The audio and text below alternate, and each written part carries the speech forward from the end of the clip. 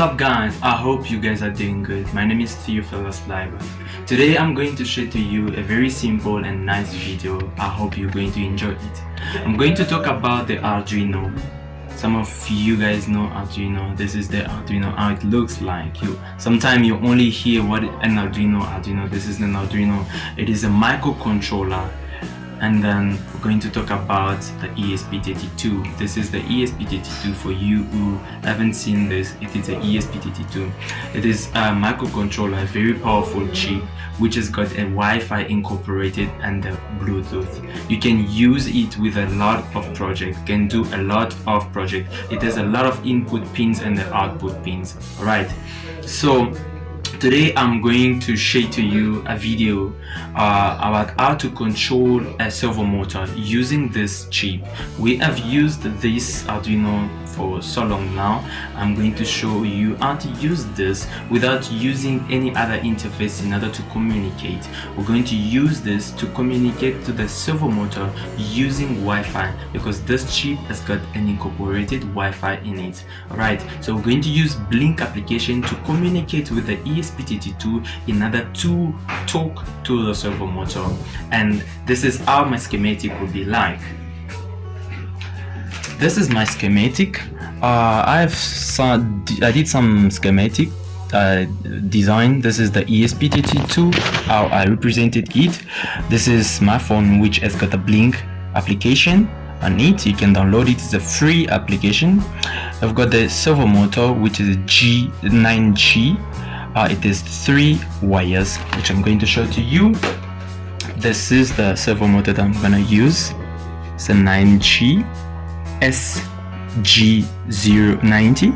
Alright, it has 3 wires. There's the brown, red and orange. Alright, so now the brown pin, the brown cable is the ground. It's gonna go connect to the ground of the Esp32. The red will connect to the 3.3 volt of the Esp32, and 5 volt will connect to 5 volt or to the V in 5 volt. So you can connect either 5 or 3.3 or 5. You don't connect on both. You can choose which one you connect. You can connect on 3.3 or 5. It's gonna work. All right, and then the orange one is the signal, which will go on D15. This is the pin which will communicate with the Esp32, and the Esp32 will communicate with the laptop via the USB cable. All right, so let's go and connect the things. Alright guys, so we have just connected. We put the Esp32 on the breadboard, and then we connected the cable. The red actually put another extension cable, because the one that comes with a servo motor they are females, so you need some males jumper cable to extend. And then the red went to 3.3. actually it goes to 3.3. the black goes to the ground, and the 15 goes on actually I made a mistake. I need to shift them. The ground black, and the 15, this is 15 because the brown goes to 15. It's negative, positive, and the signal, right? And then we've got the USB. It's like for the phone, the USB cable, which will be connected to the laptop. Alright, then you can see the Esp32 comes on. But before everything, we're going to move to the phone and check the blynk application. Alright guys, I've already downloaded the blynk application. This is how it looks like in the phone. So I've already can just go on your Google store and all that. You can download this blynk. When you open the blynk application, you can create a project. It's so easy. You can still check videos on YouTube. After doing all these things, you will send actually a certain code on your email. You shall log in with your email. After the email will send you a certain code that you will put in the Arduino IDE codes. Alright, so I've already sent it on my email. We're going to check it out, but for now we're going to add the buttons. So in order to add the buttons, in order to add the buttons, right, in order to add a button, you need to press on any part of the screen. You press, and then you can see there's a lot of things that you can use in Blynk, but us, we're going to use the button. So I'm going to add 2 buttons. I'm going to add another button.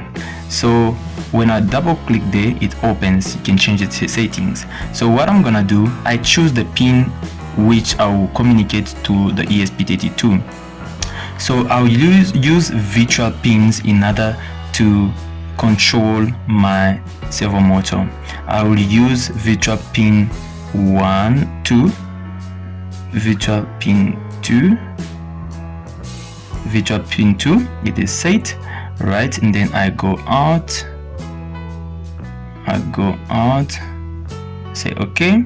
It's a bit different with this form. You go again for the second one, you go virtual pin, and then you go, since 2 is busy, you can see already, then you press OK, then you press OK. So virtual pin 2 and virtual pin 3. Alright, now we're going to take the code from my email and put it in the IDE Arduino, and then do the code and load it in the microcontroller. Alright guys, as you can see, I just received the email which says, actually the project name, I name it Smart Garage Door. Right, so this is the email that I received.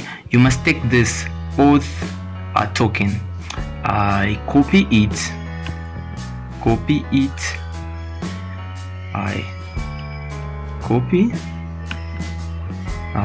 the computer is a bit slow. Copy it. Now go to my code, my Arduino code. This is my code.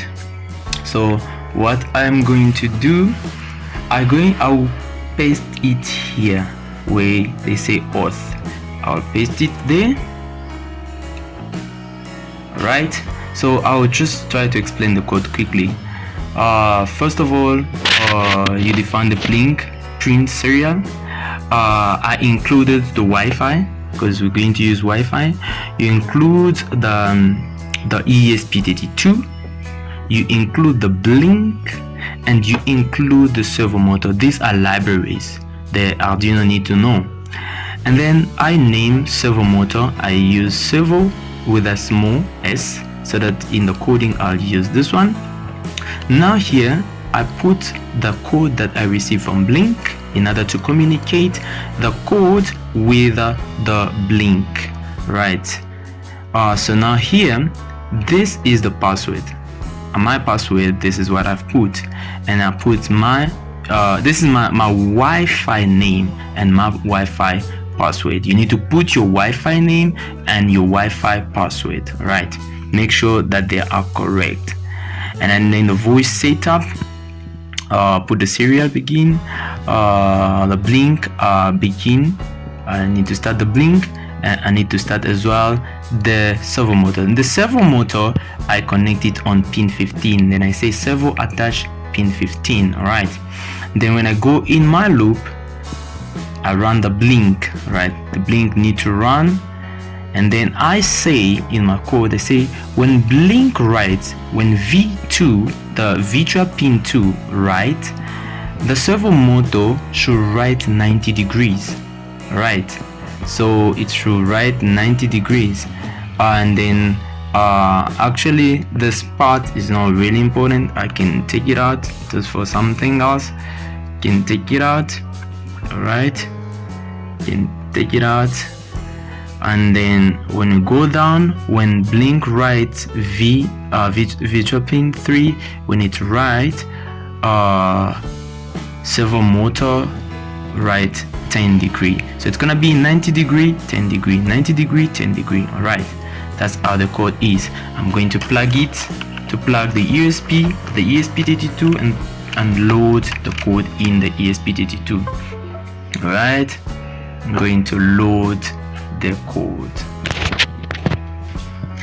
All right guys, the upload is just done uploading.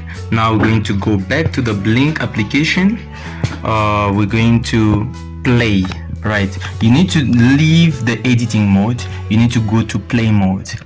When you go to the play mode, when you see it appears like this. When you see the microcontroller here, it's green, meaning the microcontroller is connected. When it's not connected, you will see there will be a certain rate thing there that will show you it is not connected. When you press here, you can even see if the microcontroller is connected. Say online, since it gives you the time and the date. Alright, then you can go out. Now we're going to try and press our button and see what we need to go to 90 degrees and 10 degrees.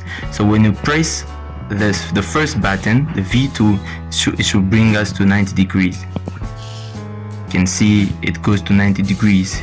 Then you press this one, it brings us back to 10 degrees. If I put it at 0 degrees, it should be straight. Alright, so you can do, I'm trying to do a garage door with this microcontroller. So you can also do it with a lot of project. You can do it in a lot of applications.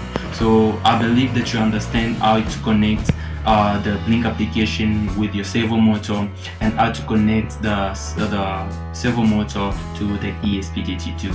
And I will upload the code with the code is uploaded, so you can check the code, you can copy the code. If you don't want to go through a lot of code, you can take the code, you just change, you put your password, and you put your blynk code. Alright, see you in the next video. Thank you, bye.